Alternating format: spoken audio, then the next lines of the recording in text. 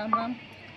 કલાબેન દિગેશભાઈ ગવડી, ડાંગ જિલ્લો, આંબેડકર વનવાસી કલ્યાણ ટ્રસ્ટ સેવાધામ ખાતે ચાલતું કિશોરી વિકાસ પ્રશિક્ષણનું આજે આયોજન કર્યું છે, જેમાં ગામોગામથી કિશોરી પ્રમુખ, એક ગામમાં એક કિશોરી પ્રમુખ મૂક્યું છે. એક કિશોરી પ્રમુખ એટલે 5-10 બહેનોનું એક સમૂહ, જેને કિશોરી સંગઠન કેન્દ્ર કહેવાય. એક ગામમાં 10-12 બહેનો હોય, 7 બહેનો હોય, 5 બહેનો હોય, જેમની ઉંમર 8 થી 19 વર્ષ અથવા 20 વર્ષ, આવા બહેનો જે ભણતા પણ હોય અને ઘરે નહીં પણ ભણતા હોય, એ લોકોનું શૈક્ષણિક, શારીરિક વિકાસ, માનસિક વિકાસ અને સંસ્કાર આ મુખ્ય ઉદ્દેશ્ય છે.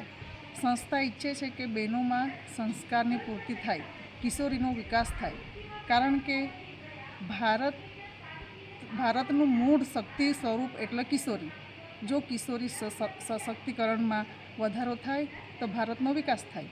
બહેનો શારીરિક રીતે, માનસિક રીતે અને આધ્યાત્મિક રીતે દરેક બાબતમાં શક્તિનો પૂરો ઉપયોગ થાય દેશના વિકાસ માટે, એ ટ્રસ્ટનો ઉદ્દેશ્ય છે. અને આજે આપણે જોવા જઈએ, દરેક બાબતે બહેનો ભાઈઓના ખભેથી ખભે ઊભી છે. એટલા માટે કિશોરી વિકાસ આ એક પ્રકલ્પ ઊભો કરેલો છે આંબેડકર વનવાસી કલ્યાણ ટ્રસ્ટે.